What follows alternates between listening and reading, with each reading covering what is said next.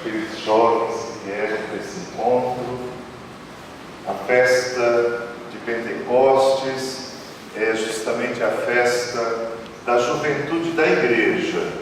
Então, é claro que os jovens presentes recordam justamente esta juventude, esta vida nova na igreja. Mas o Espírito Santo é que é a vida nova, que deixa sempre nova a nossa caminhada e a nossa vida. Há algumas imagens bonitas na Bíblia para falar do Espírito Santo.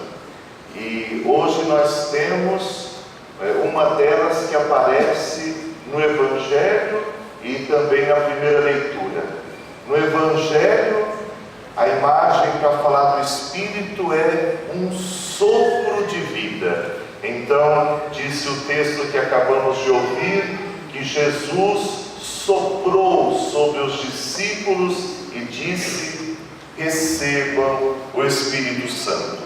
Um sopro de vida. A primeira leitura, porém, diz que esse sopro de Deus foi uma coisa assim grandiosa, porque a primeira leitura disse que o sopro de Deus se parecia a um vendaval. De repente veio do céu um barulho como se fosse uma forte ventania e encheu a casa onde eles se encontravam. Esta, então, a primeira imagem para falar do Espírito Santo. E, de fato, a gente não consegue representar esta imagem, porque como é que a gente vai fazer um quadro do vento? Não tem como a gente fazer do vento. Vai levar um andor do vento. Isso é bom para a gente compreender que o Espírito não se deixa prender por nenhuma estrutura, por nenhum grupo, por ninguém. Como foi mesmo que nós cantamos no Salmo responsorial? Enviai o vosso Espírito, Senhor, e da terra toda a face. Isso, a terra inteira, toda a criação é renovada pelo Espírito. Ele não conhece fronteiras. Como um sopro de vida ou como uma forte ventania, isso caracteriza a ação do Espírito Santo. Por isso é que nós dizemos que ele é a juventude na igreja, porque é assim, inquieto, ninguém consegue prender. Mais ou menos como quando a gente pede para os jovens fazerem 10 minutos de silêncio. Dura um dia, né? Aqueles 10 minutos, mais ou menos. Pois bem, essa inquietude que há em nossos corações, esse dom de Deus no seio da igreja, para que a igreja seja viva. Então, esta bonita imagem do Espírito, um sopro de vida, uma forte ventania.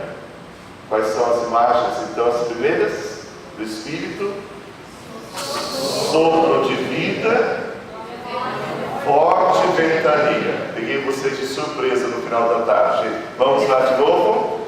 Sopro de vida, forte ventania. Sopro de vida. Vocês se lembram do livro do Gênesis, quando diz uma das maneiras de apresentar a criação do homem e da mulher? Diz que Deus soprou e aquele boneco de barro tornou-se um ser vivente. Assim, o sopro de Deus torna viva a igreja, torna vivo o grupo, torna viva a palavra de Deus, torna viva a nossa própria vida.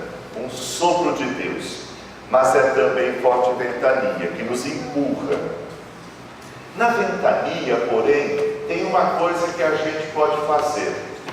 Quando está muito vento e começa aquele friozinho, mais para as bandas lá de Campina Grande, de Adrianópolis, de Tunas, Bocaiúva, Sema Azul, Doutor Ulisses, quando tem aquele vento, o que a gente faz? Fecha a porta, no agasalho. Não é assim? A tentação é de fechar-se à forte ventania. E por isso, então, o espírito que não se prende tem uma outra imagem na primeira leitura. Ele é como um fogo. Diante do vento, a gente pode querer fechar a porta, segurar o agasalho bem fechado para não ser envolvido pelo vento. Mas quando o fogo aparece, quando o sol aparece, o que a gente vai fazendo? Vai abrindo as janelas, vai tirando os casacos, né? E aí todo mundo fica igual diante de Deus, porque não precisa muita roupa para ficar diante de Deus quando faz muito calor.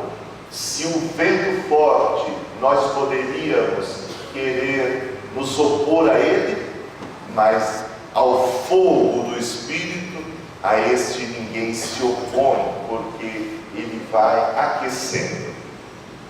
Estas imagens, elas são imagens da Bíblia, e depois nós temos a imagem mais comum, que é a imagem do passarinho, da pomba que vem do alto. Mas nós precisamos sempre estar atentos. O Espírito é um vento? Não. Então a gente tem que perguntar, o Espírito é uma pomba? Não. São imagens, assim como o vento sopra onde quer, assim como o fogo aquece quando ele aparece, e não tem outro jeito de ser, assim como um sopro de vida renova, assim como o passarinho desce do alto e pousa onde ele quer permanecer, também o Espírito de Deus vem do alto, junto do Pai, Deus verdadeiro, com o Pai e o Filho, e pousa sobre nós, de modo que, como Jesus, nós, os batizados e crismados, podemos dizer: o Espírito do Senhor repousa sobre mim. Vamos dizer juntos?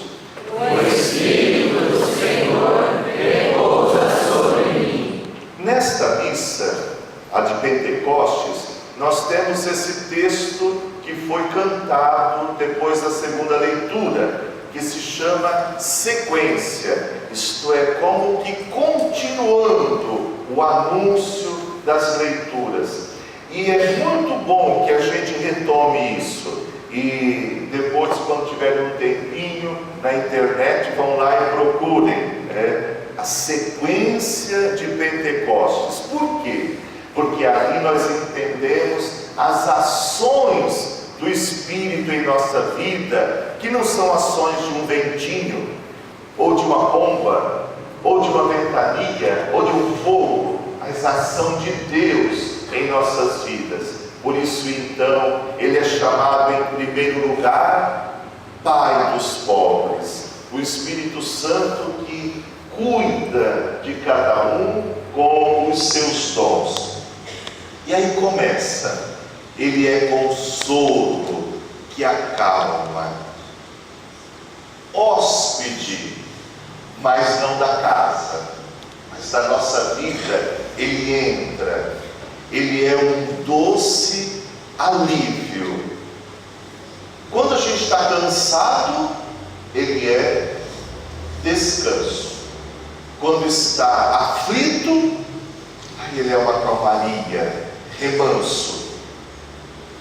Quando é calor, Ele é aquela brisa que sopra para arejar. Ele é uma luz bendita que enche o nosso íntimo. E mais ainda, sem essa luz bendita, nada a pessoa humana pode. Nenhum bem há em nós sem a luz bendita.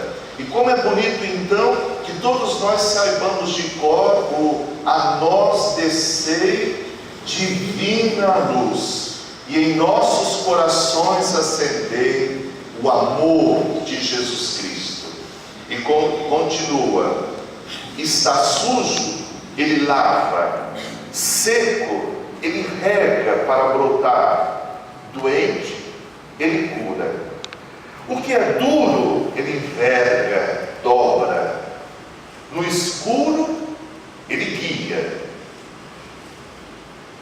O que é frio, gelado, ele aquece. E por isso então, a súplica final era: dai à igreja o que ela espera e deseja, os 7 dons para viver aqui a caminhada da terra. Mas tem uma outra coisa que a igreja deseja: um dia, uma santa morte e a alegria eterna. O Salmo responsorial colocou em nossos lábios que nós nos alegramos no Senhor. O Senhor é minha grande alegria. Ele já é a grande alegria ou não? Sim. Então vamos lá, então dizer: o Senhor é a grande alegria. E amanhã, quando vocês estiverem com preguiça de levantar, tem que abrir os olhos e dizer: o Senhor é a minha grande alegria. Ah, mas tem que pular da cama. O Senhor é a minha grande alegria. E tem que ir no pronto-socorro, porque teve febre, talvez a dengue esteja chegando. Mas o Senhor é a minha grande alegria. E quando o nosso grupo encontrar motivo de divisão, que parece que a coisa vai acabar, tem que recordar: o Senhor é a minha grande alegria. Até o dia em que nós iremos chegar na alegria eterna. Ele já é a nossa grande alegria. Mas a nossa grande alegria aqui é misturada com frio, com dor, com tristeza, com escuridão, até o dia em que nós viveremos para sempre eterna alegria. Depois, queridos irmãos e irmãs, estava pensando, vocês se reuniram como grupos ou especificamente ligados à renovação carismática católica ou bebendo dessa espiritualidade? O que o Espírito nos convoca a realizar a partir das leituras? Então vejam bem, a segunda leitura disse que, embora sejam muitos os membros, formam um só corpo. Nós somos muitos, mas formamos um só corpo. Vamos pôr essa palavra no coração? Nós somos muitos, mas formamos um só corpo. Vocês do lado de cá? Nós somos muitos, mas formamos um só corpo. Já tiveram a chance. Nós somos muitos, mas formamos um só corpo. Então, o Espírito Santo não nos faz iguais. O Espírito Santo, ele nos faz diferentes uns dos outros. Ele dá uma diversidade imensa de dons e ministérios. Mas é sempre ele que faz isso. Mas ele não faz isso para que alguém diga assim: eu sou melhor do que ela, porque eu estou falando e ela está sentada. Não, ele faz um ser diferente do outro para a edificação da igreja, o corpo de Cristo. O que é diferente não é para dividir, o que é diferente é para unir, é para fazer crescer. Ah, mas por que aquela pessoa lá do grupo não pensa igual a mim? Graças a Deus que não pensa igual a você, porque em alguns momentos você será de auxílio para aquela pessoa, porque de repente ela esteja pensando uma coisa errada e você uma coisa certa. Em outras ocasiões, adivinha o que acontece? Ela vai ser um auxílio para você, porque pensando diferente, vai ajudar você a entender que o caminho é um outro e não aquele que você estava pensando. O que é diferente na igreja é a ação do Espírito, e por isso não é para dividir. O que é diferente é para edificar, é para construir. Mas isso não é uma coisa fácil, não.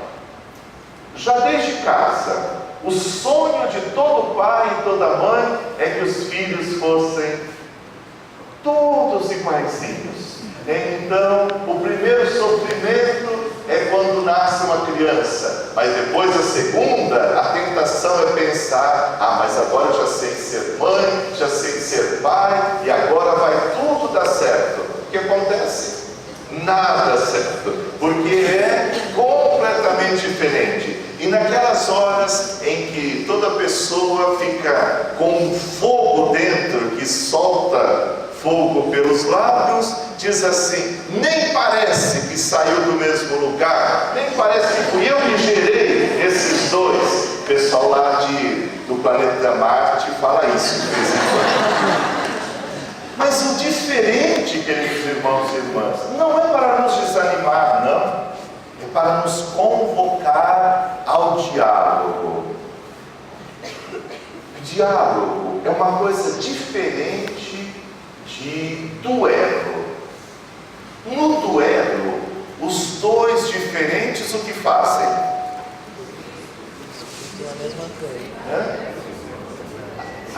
Disputam até que um... O que significa vencer no duelo? O que significa vencer no duelo? Matar o outro. Duelo, os diferentes se matam, mas no diálogo os diferentes crescem, se unem, se ajuntam, porque no diálogo não é o caminho de saber quem vai vencer, mas é o caminho de saber como nós vamos caminhar. É outra coisa. Por isso então o Espírito nos faz diferentes, para que diferentes nós construamos a igreja, mas diferentes para gerar a unidade. Então, se tem algum grupo na Igreja Católica que tem que fazer um esforço tremendo por gerar unidade e comunhão, são os grupos da Renovação Carismática Católica, porque continuamente invocam o Espírito Santo. E para que a gente fique bem claro sobre esta missão, então o final do Evangelho dizia justamente que nós recebemos o Espírito para a reconciliação. Recebam o Espírito Santo. A quem perdoarem os pecados, eles lhes serão perdoados. A quem não os perdoarem, eles lhes serão retidos. Esse texto sustenta a nossa compreensão católica do sacramento da penitência, da reconciliação. Mas para toda a igreja, o chamado então a realizarmos a unidade, o perdão, a reconciliação. Queridos irmãos e irmãs,